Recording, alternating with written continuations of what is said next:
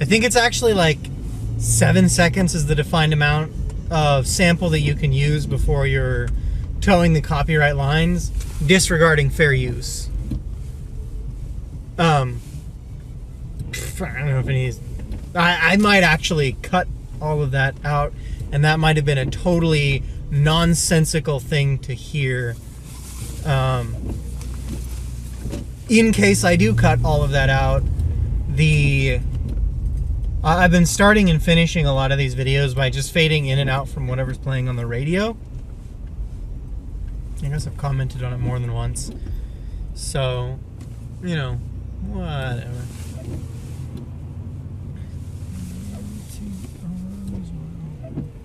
I looked at it and I've got like a dozen or like 15 of these videos now, and some of them are 2 minutes long and some of them are 8.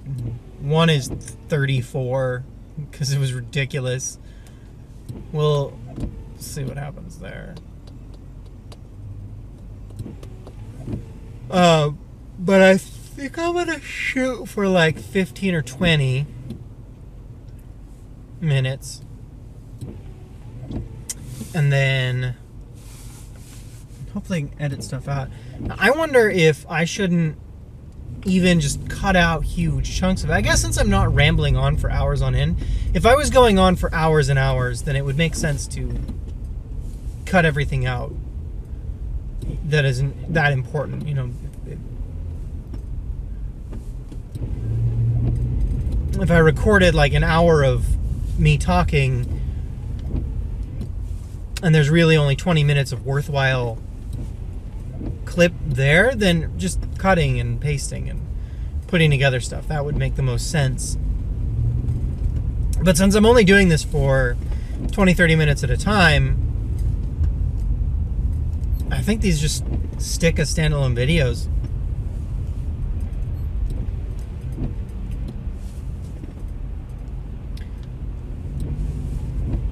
In the spirit of where to go with this vlog that I'm doing, some of the questions that came up in my mind, this is all in my own head. I don't have like a committee that I'm discussing things with. That sounds weird. Questions that came up. But one thing that occurred to me, so this could be basically a video diary, and I could just talk it out. But I don't really want to do that because I want to post these. And I'm not enough of an exhibitionist that I want to post my diary on the internet for everyone to see. That doesn't strike me as correct. I mean, it should on some level be a video diary, but it would be pretty heavily edited, right? I don't want... yeah. That's what makes the most sense.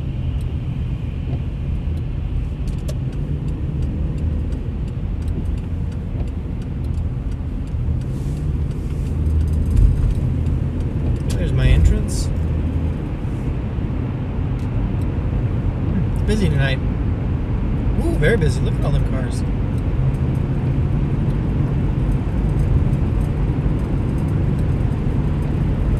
It's odd. With human eyes, you have a much wider field of view than a camera does. But watching a video of something, you notice a lot more than you do when you're actually living it.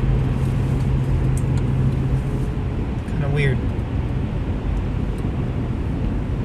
So I don't want to put all of my private thoughts and whatnot out, because then I'm sort of foisting my own issues onto a bunch of strangers, and that's really weird, right? Like, that strikes me as a really bizarre thing to do. I bet people do it and it works really well for them. They have either a supportive community of virtual friends or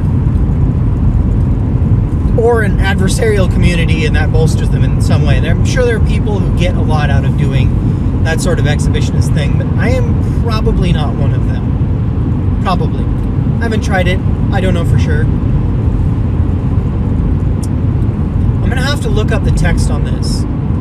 This is me jumping several topics at once. I'm going to have to look up the exact text so that I can quote it properly, but somewhere in the Zhuangzi, there is a story about the teacher, Zhuangzi himself, walking along the road, and he sees a skull on the side of the road, and he laments to the skull what a horrible fate it must be to be a skull on the side of the road.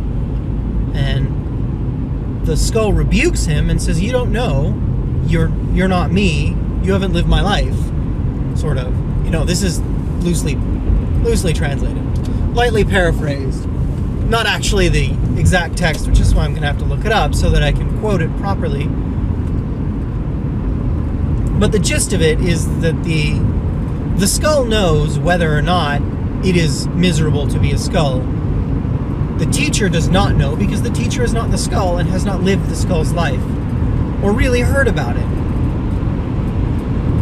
And depending on how the exact original text goes, it might be that this is a case of, it might be this is sort of a glib, flippant, you don't know until you've been there. I think that there is a role to be played in vicarious experience. You don't have to have lived it to pretty much know what's going to happen. You can make educated guesses. But the ultimate gist is you don't really know, and I don't really know. Maybe I would really like airing out all of my own day-to-day whatevers all over the internet for the world to see. That would have to be edited pretty heavily, because I don't think the other people involved want to have their daily whatevers edited or aired out all over the internet for the world to see. And that does relate to another thing. Are there interesting stories I can tell from my day-to-day job? I've probably covered this, and I'll just have to edit them, and find a way that it's to tell it in a way that's non-identifying, so that I'm not giving away anything important. But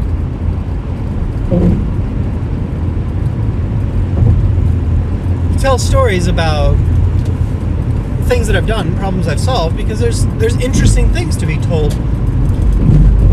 Myself and another engineer spent 2 or 3 hours each working on an issue where we couldn't get this guy's laptop attached to the wireless network, which was super bizarre. It made no sense. The driver was fine. It attached to other networks just fine. It was just the one, internal wireless network, which is what he needed it for anyway, wouldn't go.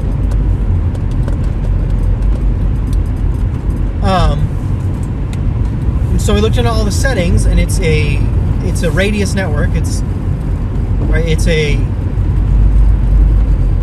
PEEP authentication, I think it was. I have to look at the exact settings. I think it's PEEP authentication on that one. PEAP, the 802.11x or 802.1x. Pointed to a radius server, and we checked, and the server is fine. The certificate is fine.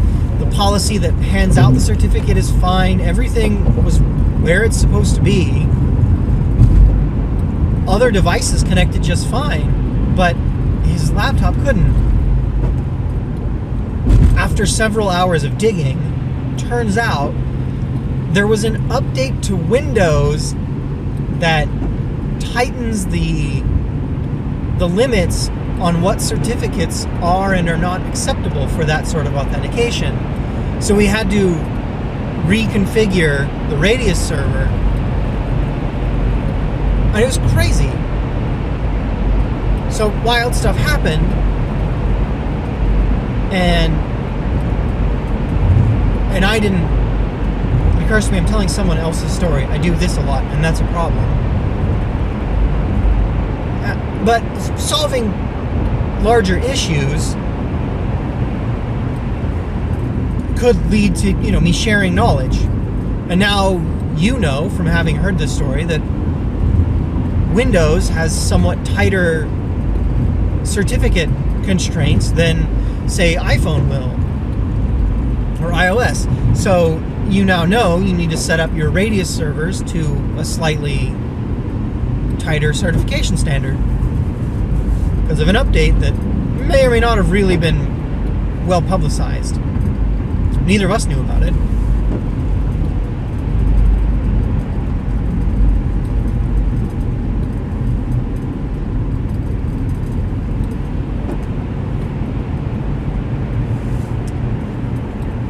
So that was wild.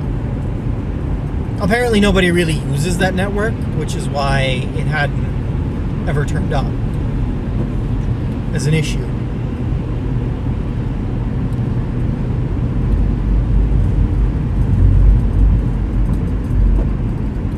I wonder if people... oh no! Oh, when it slows down that much, I worry, especially with it being slightly rainy. I worry about it getting slick.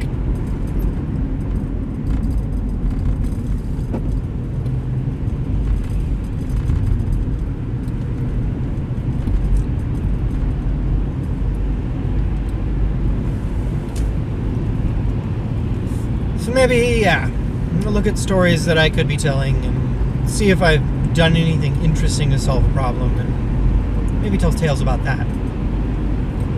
I don't know. I'm kind of enjoying the ethics stuff. That's really interesting to me. Is the story, the concept of meta ethics and the priority discussion. I kind of want to see. I say that a lot too. I need to fix that.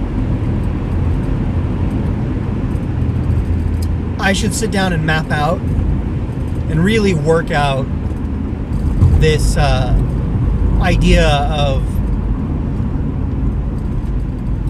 layered ethical systems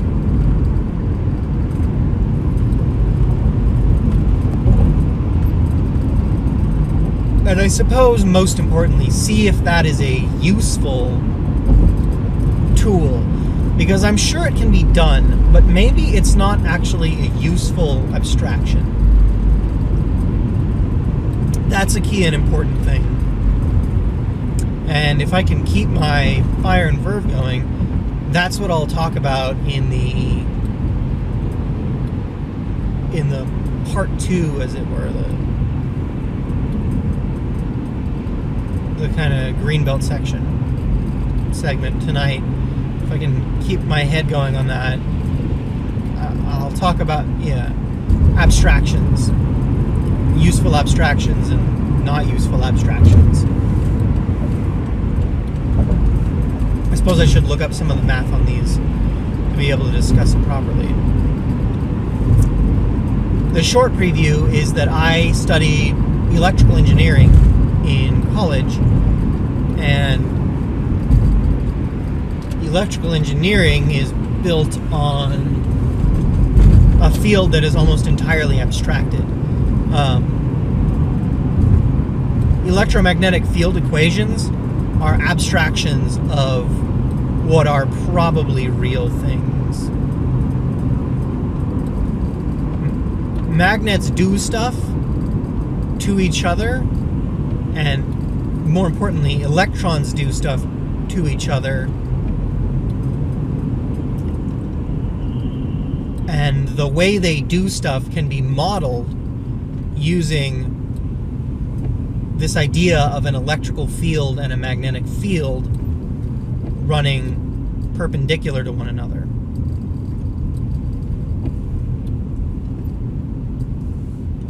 There isn't literally a field. That's not a real thing per se. What it is an abstraction of the net effect of all of the electrons doing all the things that they do all the time.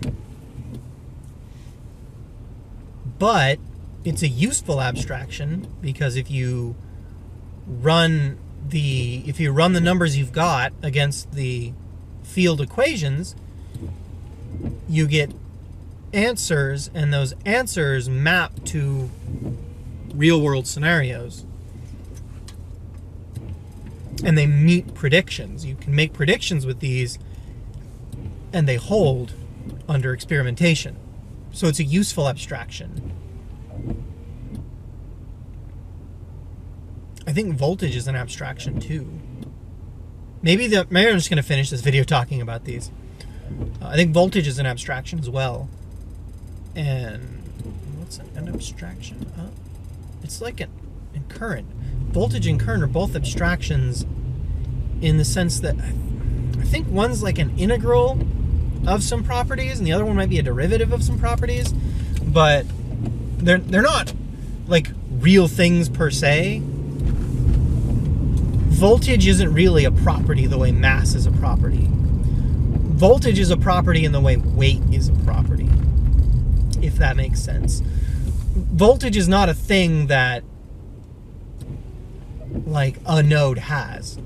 That's meaningless. No, nodes don't have a voltage. They have a voltage referent to ground. Just like an object doesn't have weight. That's not a real thing. An object has weight in a specific gravitational environment. Then it can have weight. Weight doesn't mean anything in a universal sense. Voltage doesn't mean anything in a universal sense. Voltage needs a frame of reference to be at all meaningful. Current is... I'm spitballing here. I need to look this up because I'm probably wrong.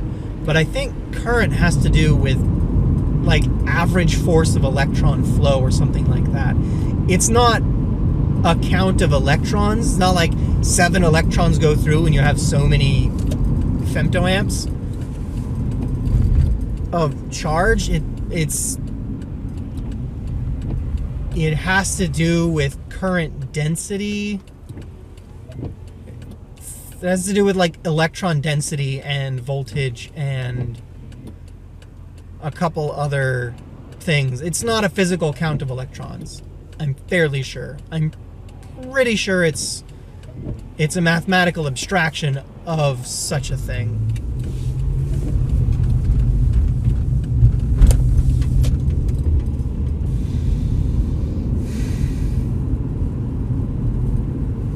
As I was walking out to the car to get ready to do this drive and do this vlog, it occurred to me that what I had been talking about with abstractions circles back and touches on something I talked about a while ago. Because I'm pretty sure I've touched on the distinction between map and territory, whereas you don't actually know things, you know abstractions of things. And there's a lot of taking it to, deeper physics kind of thing, and quarks and subquarks and whatever those are made of, all the way down to whatever the truly fundamental particles of reality are. Configurations and various densities in like quantum configuration space, something thingy. I don't know. I'm actually not a modern physicist. But what you do know is about abstractions. And I haven't had too much experience with this, so it might be a straw man.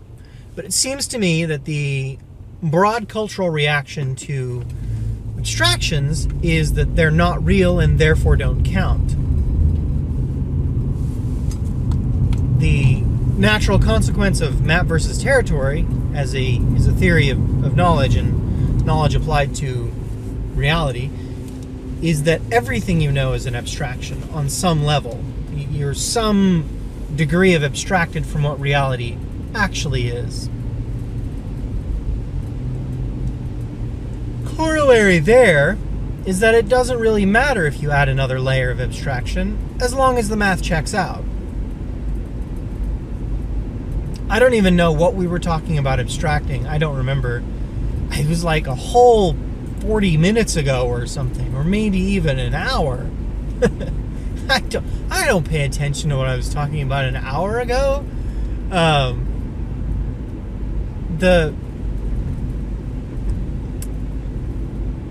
That link just occurred to me, and so that brings it back, and that was kind of funny. Abstractions. I did not spend that time looking up what an abstract, or what current is an abstraction of.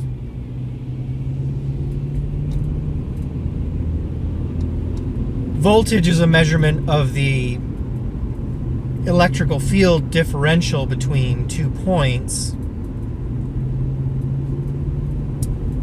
Field at a point, I think, is EMF is measured, and that's voltage, electromotor force. So you'll see voltage written as E in some contexts, and in some older texts voltage is shortened to E because it is the electromotor force. It's not a force. There are forces that are associated with a voltage difference. Voltage in and of itself is not really a force, just like, what is it? The centrifugal force, I think, is not really a force.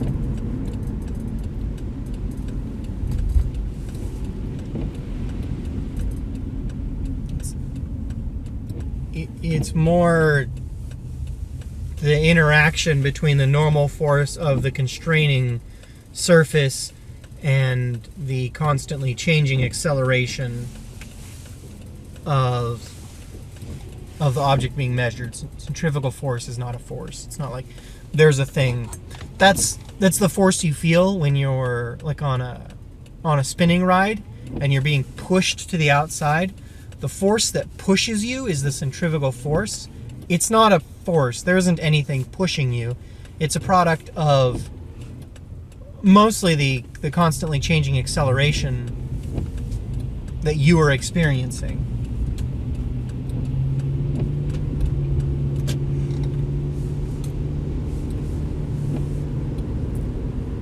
Which is explained by other forces that are not the force that's pushing you out. That's just the sum of all of the forces that are moving you in a circle constantly. Centrifugal force.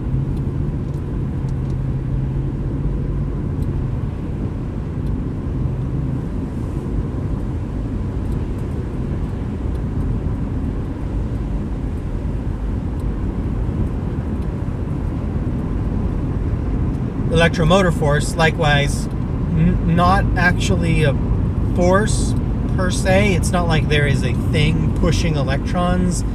It's more that when the electric field, which we've established is a mathematical abstraction, is different between two places, electrons will want to move between those two places in a way that is described by an imaginary force called the electromotor force, or voltage.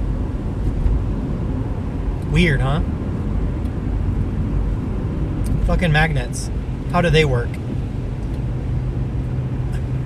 Largely like that, actually. I think there's usually some pedant who wanders around between different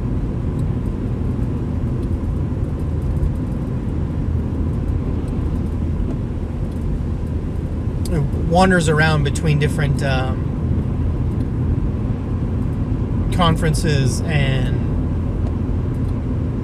symposia and pops in with the question every time someone mentions something, the magnetic force will stick his hand up and go, well, isn't the magnetic force really just a relativistic transform of the electrical field, magnetic field, sorry. To which the answer is, well, yeah. But does running the numbers that way help anything? Like, are you able to calculate something that you couldn't calculate without the transform in place? If you actually calculated it as untransformed and just as a relativistically motion electrical field, does that help? And the answer to that is no. There are so far no models that make use of relativistically moving electrical fields. There are lots of models that make use of magnetic fields. These equations create predictions that bear fruit. bringing all of this back home to what started me on this ridiculous rant like half an hour video ago,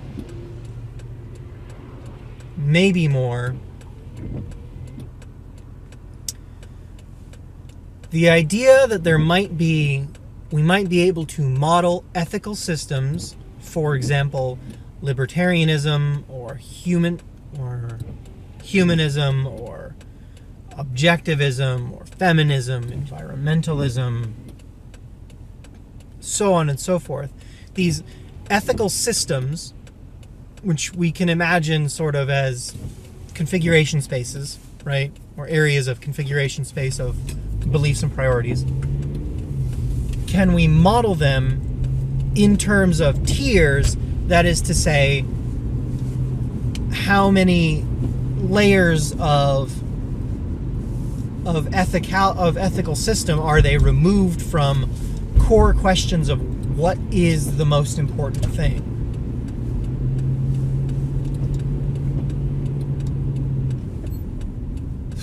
So, the layered model of ethical systems, I'm going to assume that it exists. Probably someone else has already done it.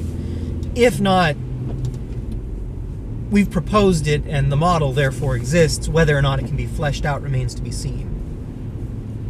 It is at this point merely hypothetical. It is not in fact theoretical in nature.